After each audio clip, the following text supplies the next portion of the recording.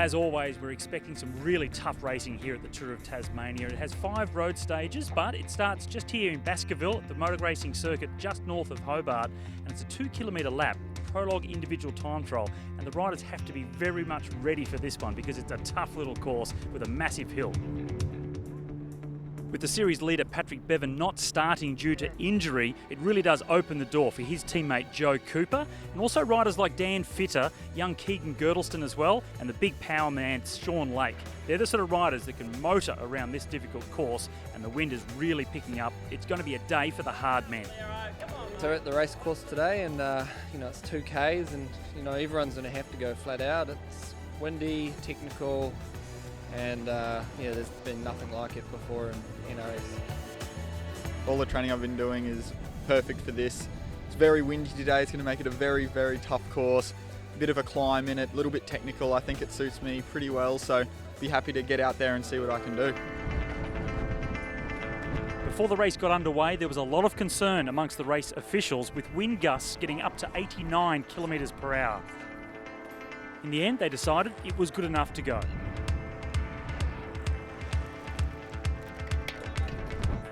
Amongst the early riders to depart were 2 big favourites in Peter Bulling, New Zealand Team Pursuit World Champion, and Joe Cooper from Avanti Racing. So Joe Cooper's away to start here.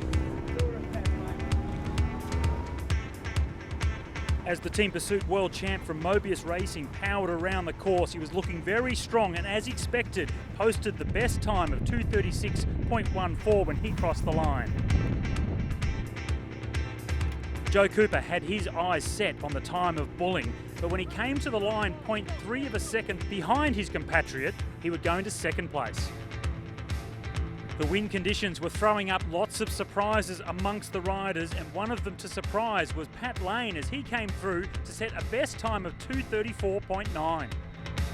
With a point to prove, the CharterMason Racing Team tried to take charge, and one of their underdogs, Josh Taylor, came through with a new best time, 2:33.9, 1 second ahead of Lane. Fingers crossed. The next star to start his time trial, and one of the early favourites, Dan Fitter, Taylor's teammate from CharterMason, powered off the start line, but overcooked it on one of the early corners and was blown off the course. The next motivated CharterMason rider to start was Sam Crome. Crome was surviving the wind well as he motored around the racing car circuit, and when he came through to the finish line, it was a new best time of 2:33.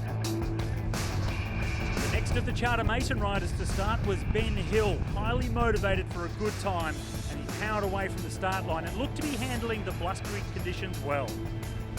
I took a couple of the boys who were talking about conserving up that steep hill and stuff, and then Cromie came back and said, "No, you just got to go hard the whole way." So I did that, and it worked out. It was then Brad Evans' turn, multiple stage winner in the series this year, and riding very well for his Patch Veg team. Super windy, just getting blown around all over the show really.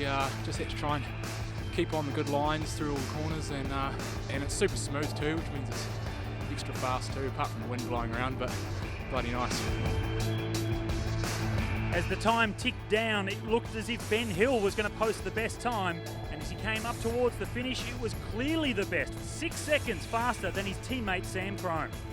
The only rider left to finish now with the chance of beating Ben Hill was Brad Evans, and it was going to be close, but as he came down the finishing straight, he hit the tape 2:32, 5 seconds slower than the 2:27 of Hill.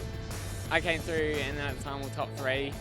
Then Brad Evans came through with a good ride to get second, so that pushed us into first, third and fourth, which is still a pretty awesome result for the team, so we're happy. After the 2-kilometre prologue in very blustery conditions, the new race leader is Ben Hill from CharterMason in front of Brad Evans from Patch Veg, and Hill's teammate Sam Crome third. We keep level-headed because now we're going to have to lead this from start to finish. Yep. So, we had a quick chat with Damo just then in the team car, and he was super happy with how the team performed, so he's really given us the big G out for the rest of the tour, so hopefully we can keep the run going. The first wearer of the yellow jersey of the Jayco Tour of Tasmania is Ben Hill from CharterMason in front of Brad Evans from Patch Veg, and Hill's teammate Sam Crome in third.